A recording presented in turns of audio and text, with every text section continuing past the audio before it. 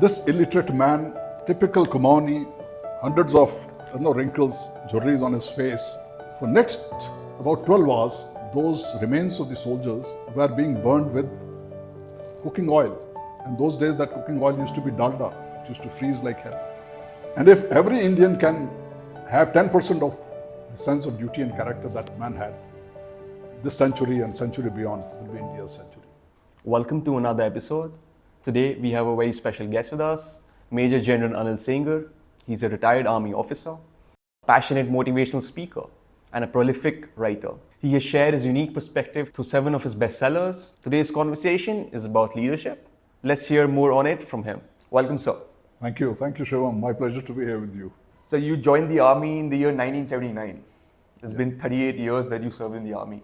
What was your driving force to join the army, and where did your passion start?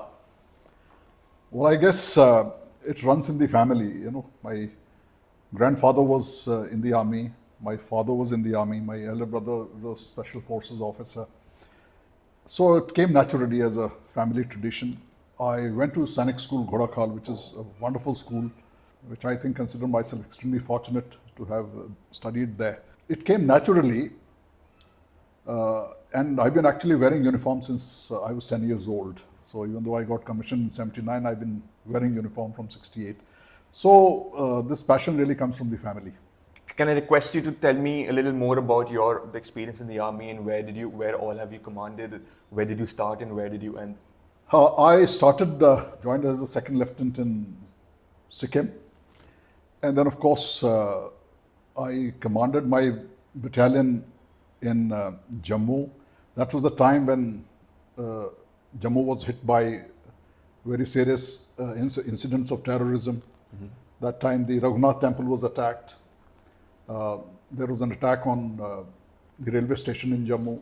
There was also a terrorist attack on the family quarters in the Jammu, that is in the cantonment, right, where almost 26 soldiers and families were killed.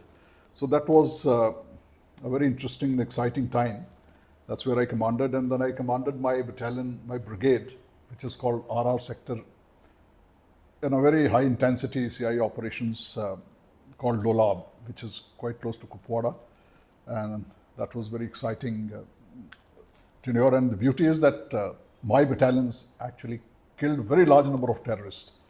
The largest number of terrorists in Northern Command without one man getting scratched in operations.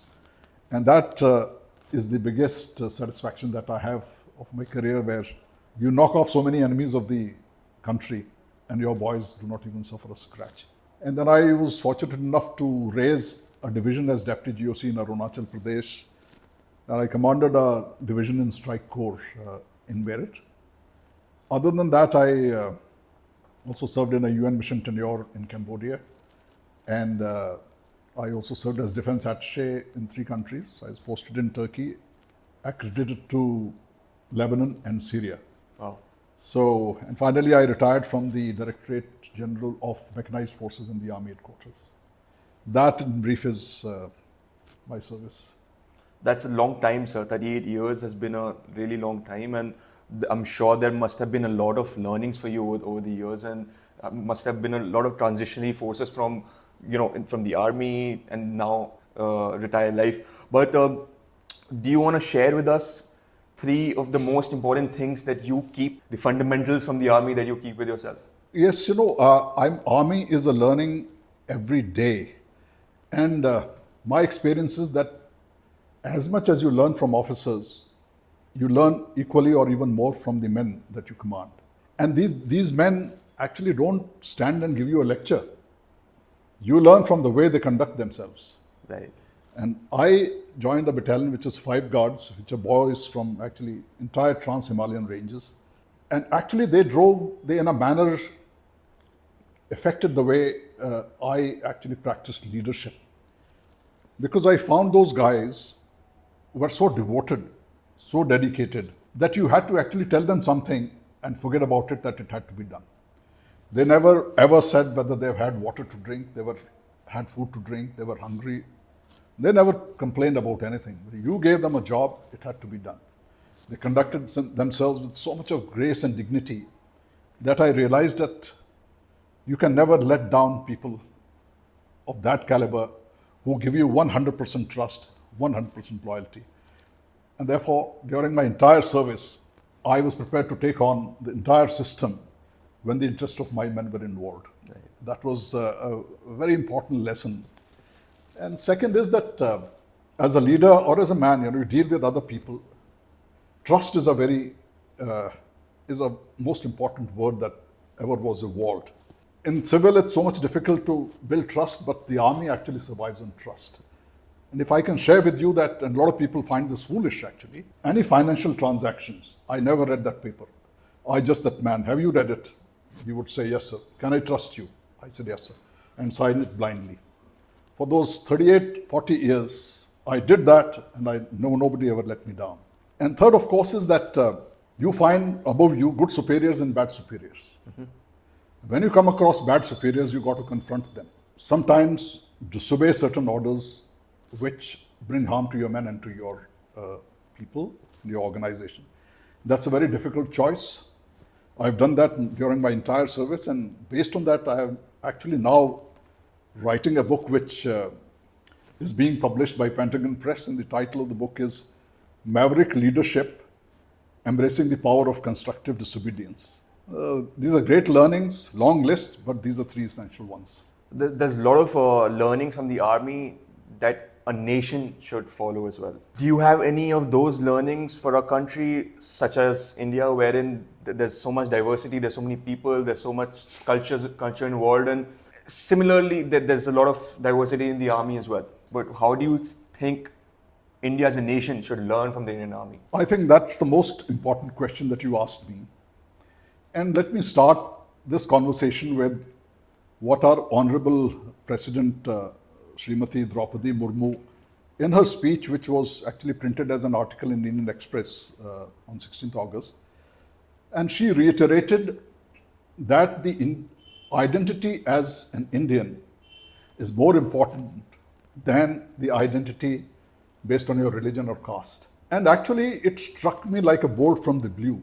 It may mean nothing to somebody else. Why it hit me that hard was that 75 years after our independence, our president had to reiterate this. That means there is a definite deficit somewhere in the society where some people of some religion and some caste seem to be looking at their more narrow identity as bigger than a national identity. And I think army, and when I say army means armed forces, army, navy, air force, are really a glowing example of how to deal with inclusivity. Army really is a small India. We talk of India as unity and diversity. Army is a manifestation and a living body of those values. And why is it that some time back, in fact, that problem is still continuing. In Manipur, there was ethnic violence based on caste and ethnicity. A few days back, there was violence in Nu in Haryana, which was based on religion. It is the same people who are in the army, but this is not even a factor. So, and how does the army really do this? And I think we have to understand that how army ensures that the diversity is turned into your strength is in the manner that the army conducts itself. And I'm really very happy to say that, not that there is anything wrong with the reservation. The reservation is important for some people, it is necessary. But army is good, army is strong, army, because there is no reservation in the army of any kind. And it starts from the recruitment. Recruitment is based on a certain criteria, which does not include religion, which does not include your caste.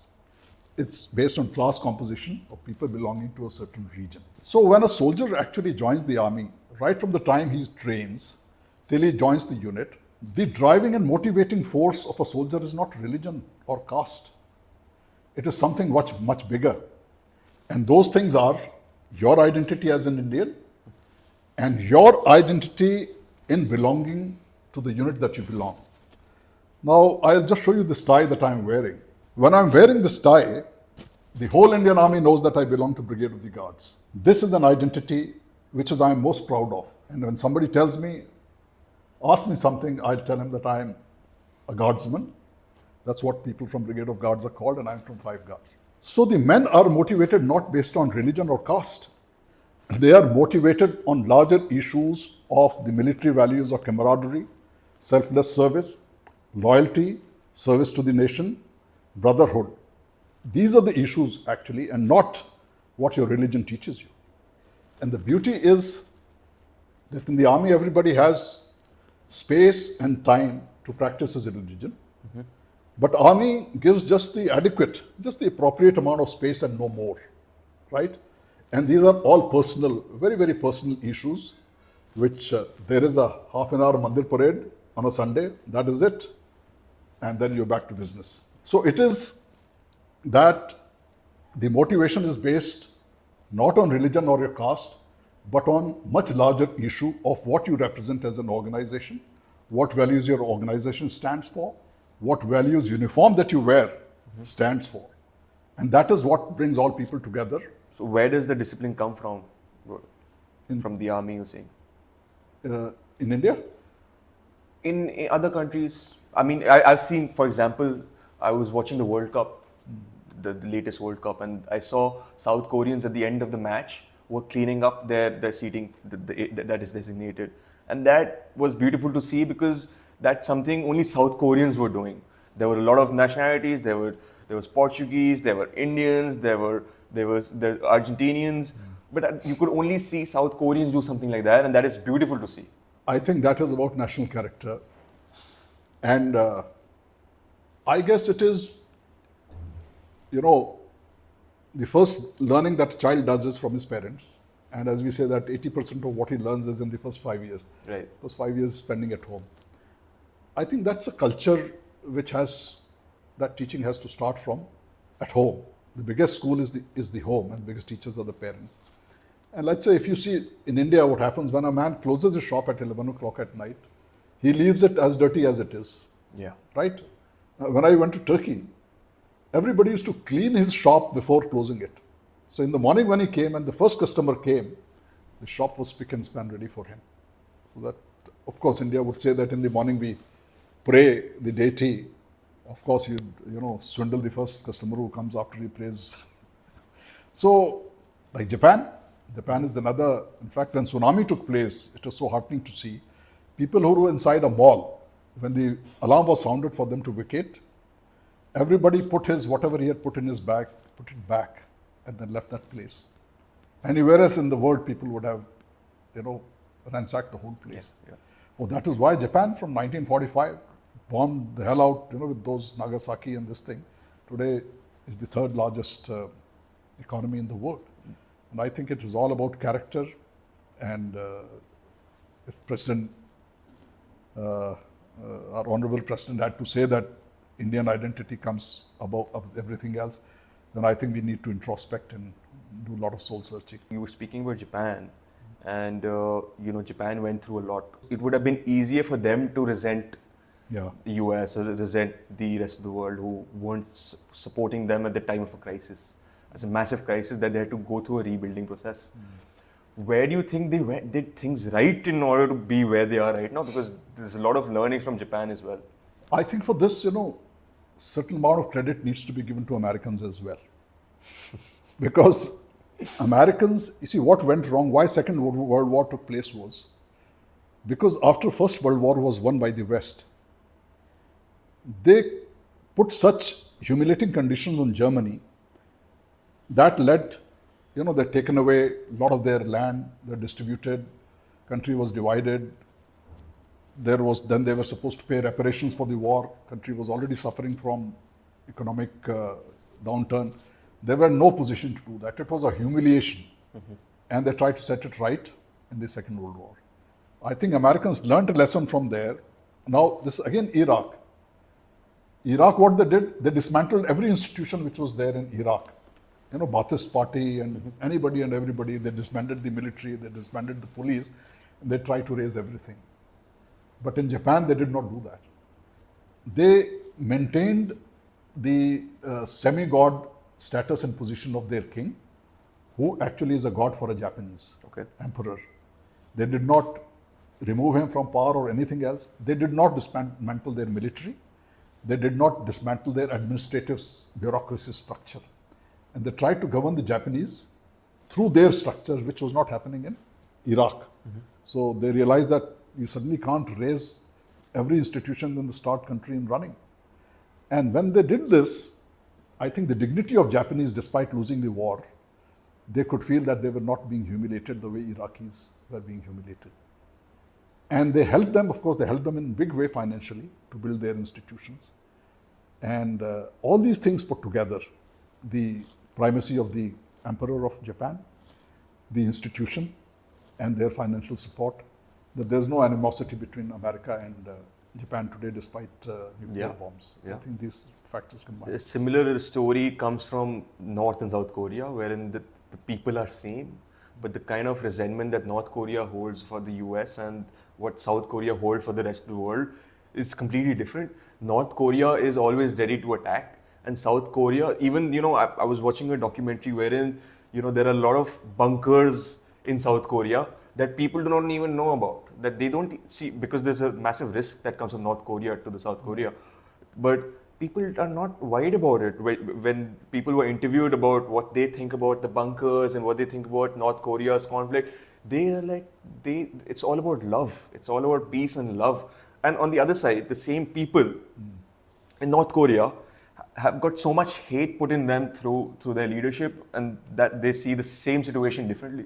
I guess it is quite surprising that now the present leader of North Korea, third generation. You see, it is quite amazing that in the modern day, okay, it was in the olden days, king after king, it was hereditary. Yeah. In the modern day, there's one family has actually held the country to ransom. It is hereditary. And you see, it happens nowhere else. Of course, and at least even in China, somebody's son is not becoming the chairman of CPC, it is somebody else. But in Korea, it is that, and of course, like all organizations have a tendency to become oligarchy, few people controlling. It serves their interest to keep people subdued, right? Unaware, under their control and thumb, so that they can continue. So all these reasons, and of course, support from communist China and Russia helps them to survive despite all these sanctions. These are. Is there a way to tackle a country like North Korea? Unless China doesn't play up with you, because if China starts supporting the global initiatives on North Korea, it will be forced to change behavior. So what kind of support does China give to North Korea at the moment? All kinds, the technology of nuclear technology has also come from China, and every kind of support that, diplomatic support, it has from China. And otherwise, a country which is, spending so much money on military hardware, country needs a lot of resources. I mean, North Korea doesn't have that kind of resources. It's not a capitalistic country, it's a communistic country. Yeah. So it is financial support, all kinds of support which... But what does China get in return? They've got a reliable neighbor who's of the same communist regime. Because in South Korea there is American bases. Yeah. Right? So it's a buffer zone between the Chinese and the South Korea. Okay. Because China as a country wouldn't do anything if it doesn't concern themselves. I've been noticing a lot of change in the geopolitical power from the west to the east. What do you think about that? Like, do you see? It's happening, and I think America is a declining power now. The strength of dollar as an international currency is being lost. Its old-time friends like Saudi Arabia and all have also started charting an independent foreign policy. China has come up as an important pole. The European Union itself is also trying to have its own autonomy of foreign policy, and French president is leading that movement. He says that we are partners without being a vassal. We should be a partner of America without being a vassal of, Ukraine war is landed into a present situation because it serves America's interest. It does not serve NATO's interest, European interest to have Russia fighting on its border. And then, of course, the South African countries are now aligning. African countries, so-called Global South, are finding their own voice, led by India. That is led by India, sir, but Africa has a lot of concerns from China as well, because China's got a massive stake in Africa, or African countries also. It has, but Africans look at China with a little better sentiment than they do look at Europe and America. Is it? Because, see, most of these countries in Africa were colonized by some of the other Western countries. And they've exploited these countries over centuries. That exploitation continues even today through puppet regimes, puppet dictators, puppet regimes, puppet armed forces. So a lot of these critical earth resources, Yeah. are going from here to France, You see what's happening in Niger. They're asking French to leave. They're asking them to close their embassy and things like that. They asked NATO to leave. Mali has asked NATO to leave because this generation has realized that these people are exploiting you for your resources. You're not getting the money that you should be getting. यहाँ से raw material ले जाते हैं at throwaway price. They convert it into actual stuff that can be used and then making That the same thing's been done by China as well. But China is actually not trying to encroach on their sovereignty. What they're offering is, we set up a factory in your country. It will be done in your place. Your people will have employment. Your country will also earn revenue. We will also learn. So much better terms than Western. You think the terms are good? I guess they are not as exploitative. Huh? They're not as bad, you're saying? Not as bad. But in the short run, but in the long run, you don't know what China's mind would be. In the long run, they could actually get you into a trap of some kind that you have no choice, like Sri Lanka. Yeah. So those possibilities are there, but see now Africa doesn't have the technology to convert these materials into end products. They have to rely on someone. Now they're going to make a choice between Europe, which has always exploited them, and China, which is offering a better terms. So it's just who's better than the others. So we'll see how it develops. So I think you're right. The world is multipolar, and the economics gravity is shifting to South Asia. It is. As an individual, what should a person practice in order to have a similar kind of viewpoint and a similar kind of thought process of someone who's from the army, and how should we be more inclusive in terms of other religions, in terms of other caste systems, and how should we respect each other? That's the fundamental problem I see, that we do not respect the other person's thought process or belief system, and we want to impose ourselves on them as well. To answer that question, I would like to give an example. General J.J. Singh was a Sikh officer who belonged to the Maratha Light Infantry Regiment. And he was the first Sikh officer who became the chief of the Indian Army.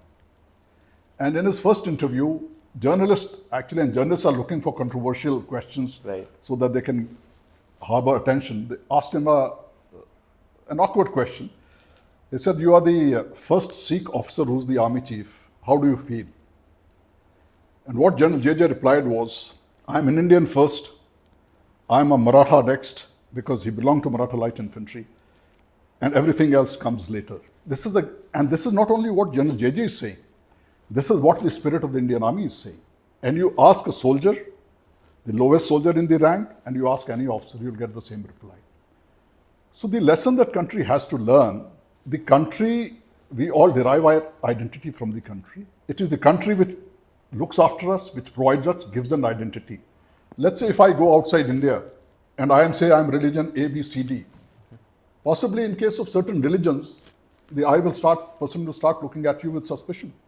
But if you say that I'm an Indian, the first thought that will come to his mind is, nobody from India joined ISIS, or very few people joined from ISIS. He's an Indian, you can trust him irrespective of what caste, faith, or religion he's from. So I think that is the biggest lesson, that religion is your personal affair. Religion is your personal affair. The country identity comes with the flag, and that our national anthem is a reflection of our heritage, of our vision. And like the country says, nation first, that has to be the motto of every Indian. 140 billion Indians, take one step, the country will travel 1 million miles. The country will either survive together or sink together. No individual or no community can progress in isolation. I think that is what the country needs to learn from. Every other institution that you have to evolve in terms of thought process and in terms of ideologies. Do you see any change happening in the near future in the armed forces? See, in terms of ideology, I don't think anything needs to change because the army effectiveness is based on a couple of things. It's based on unity, it's based on very good leadership and camaraderie, selfless service, the same value systems which were applicable 1,000 years ago, the same systems are applicable today. 1,000 years back, it was relationship between the leader and the led. That thing remains the same. So on that aspect, I don't think anything needs to change. Right. But what needs to change is that the world is changing. The technology is changing, the weapon system is changing, nature of threats are changing. So today, what the enemy is trying to do is that earlier, when you talked of war, it meant attrition. Yeah. Today, people are actually trying to attack the minds of your people. They're trying to change your perception. Where social media has become Correct. a tool of destruction. So what happened when the NRC protests were going on?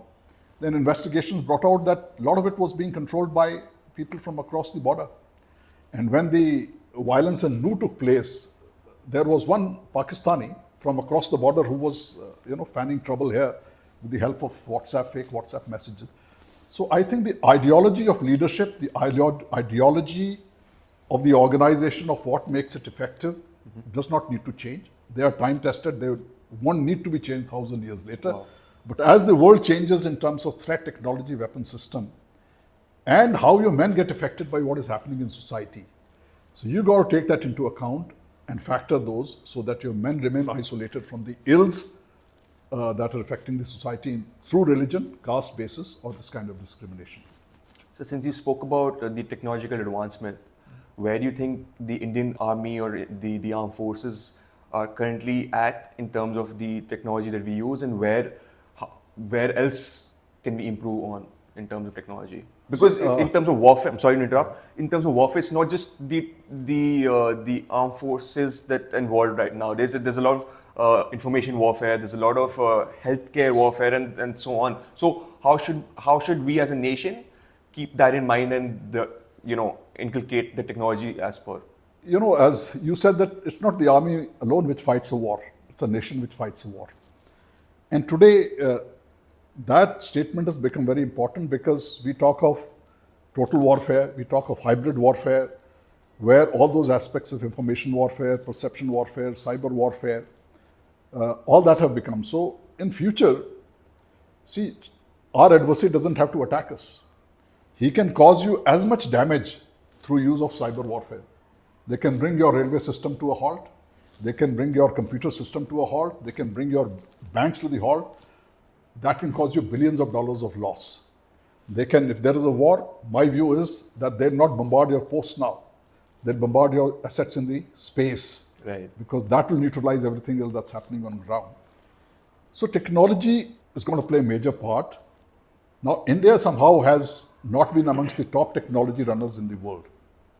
But that, I think, the government is now addressing to change. They have, I think, started a national technology mission where almost 5,000 crores, if I'm not, a huge amount of money is being invested on R&D. So these kind of institutions are coming. But that'll take time before its effect is felt. I think it'll take not less than 15 years before. Because what is happening today is that, it is the critical technologies which run the system. You may have a phone, but it'll run on a small chip. You may have a tank. The tank will move, but its fire control system will not fire unless you have that small little chip at the right place. That is critical technology which the countries don't part with. Right.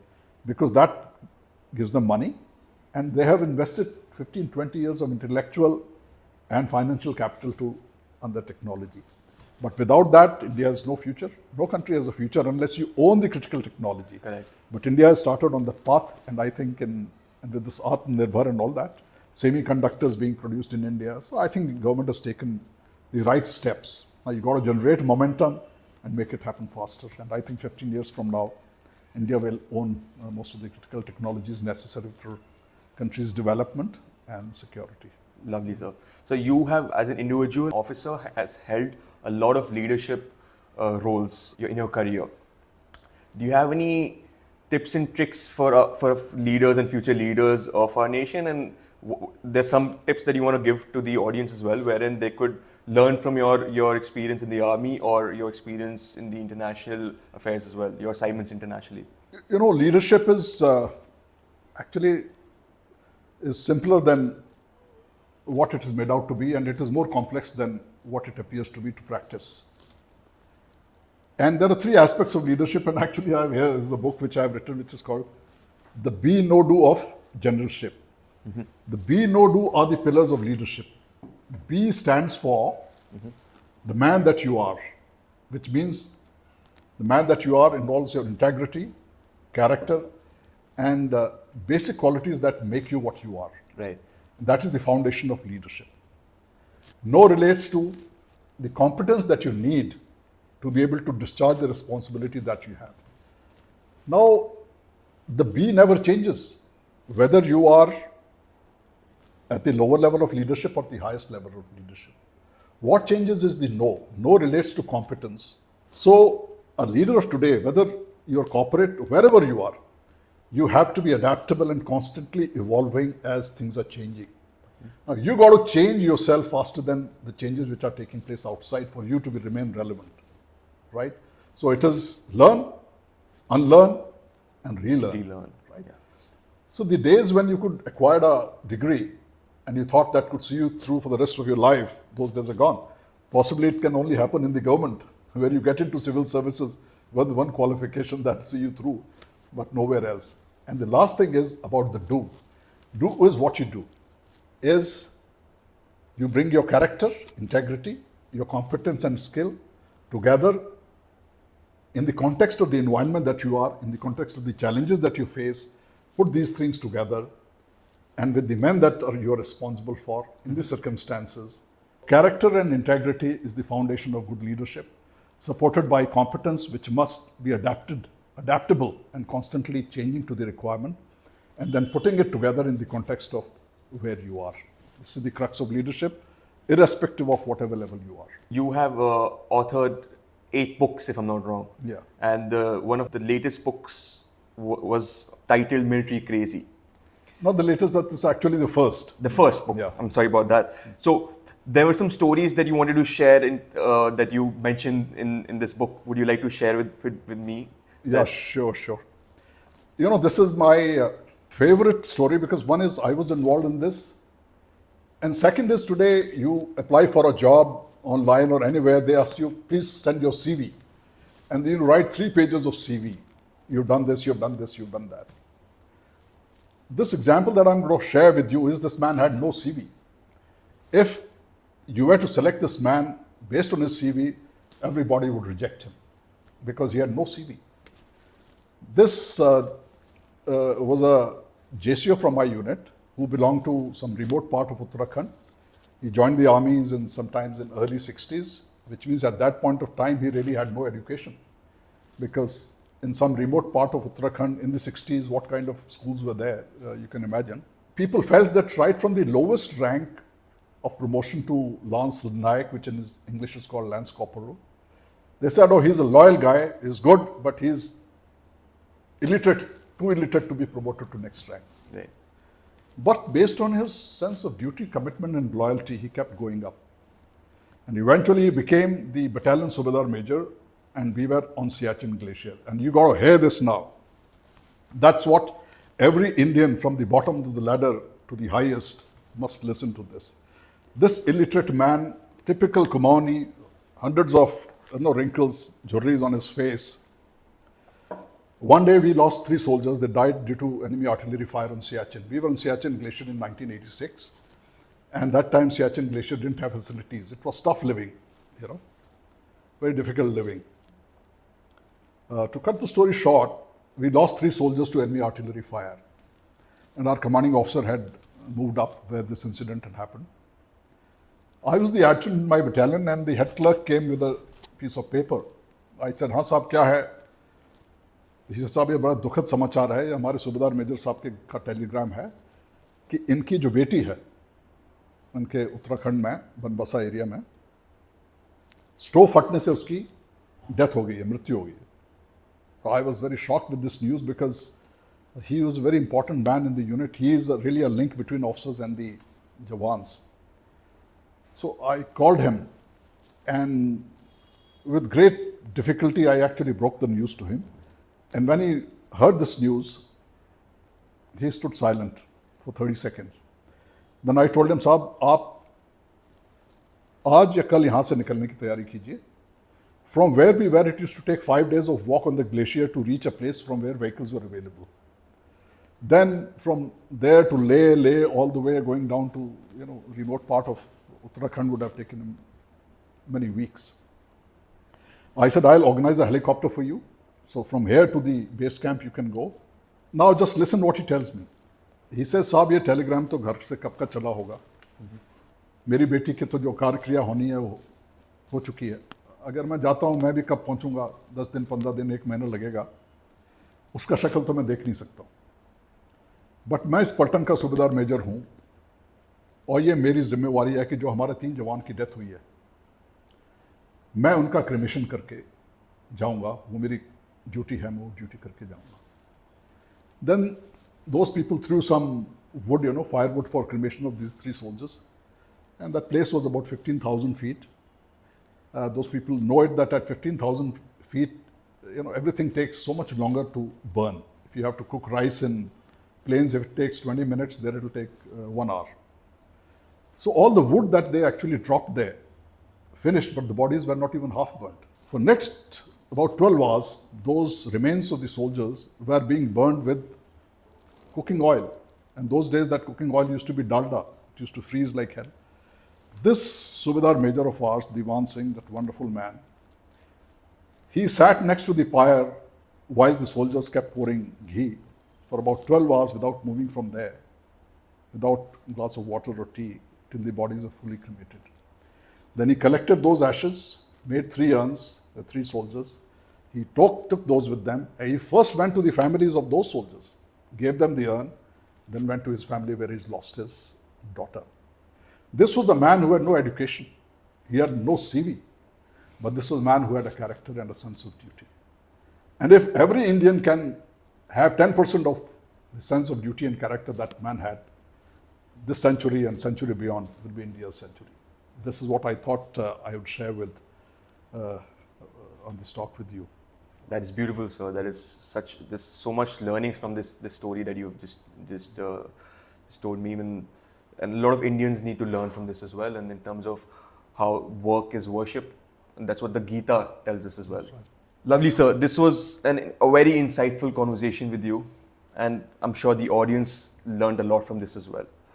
Can I request you to sign a copy for me? But before that, I would also like to, if you have the time, I want to share another story because somehow religion and caste, rather than bringing us together, seem to be dividing the society. Right. The story it is of one of the regimental battalions of my unit, of my regiment, 7 guards. And this officer was Colonel Hopkirk. He was a Catholic Christian by birth, but he was a non-believer. He didn't believe in religion, right? But he was commanding a company and these boys were Hindus. So himself he never went to church, but he was always come to the unit mandir. And with full energy and commitment, he would sit there cross-legged, participate with his men, sing bhajans, do arati, being a non-believer because his soldiers believed in religion. So as a leader, that was his commitment to men, that irrespective of what is my personal belief, I am part of you when you believe in something. And the second part of the story is even greater. He retired, and of course, as time went by, he became old and he realized this, he's going to die in a few days' time. And he told his family that I was born a Christian, but I don't want to be buried. I want to be cremated because my men that I commanded and those who were prepared to die for me were Hindus. So this man who was born Catholic was cremated as per his wishes because his soldiers belong to that faith. But it is not the largeness of the religion, it is the greatness of the relationship in the army between the leader and the led. Right. So, this couple of examples that I've given, if your viewers can follow that in concept and theory, I think future of India is, sky is not the limit. such a beautiful end to the conversation, sir. Thanks. Thank you so much, sir. Can I request you to sign a copy for me? And I would make sure to read your latest book as well. That is the Be No Do of Generalship. With pleasure, Shivam. With pleasure. Thank you. Thank you so much, sir. It was such a pleasure, Shivam. Likewise, I having this talk really with you. appreciate you, sir. Thank you very much, and keep up that spirit and energy. You know, every Indian can make a difference. A pot does not get filled with whole water together. It is one drop at a time. And we, 140 billion Indians, are one drop which make a nation. Absolutely, sir. India has great potential, great talent. Youth of today is the future of tomorrow. And if nothing else, what I can tell people is, please pay your taxes and let the country move forward. Thank you so much for Thank you inviting so me much, here. sir. It's absolutely great honor to be here. Thank you so much, sir. Thank you very much. Thank you for tuning in. If you enjoyed the episode, make sure to like, share, and subscribe.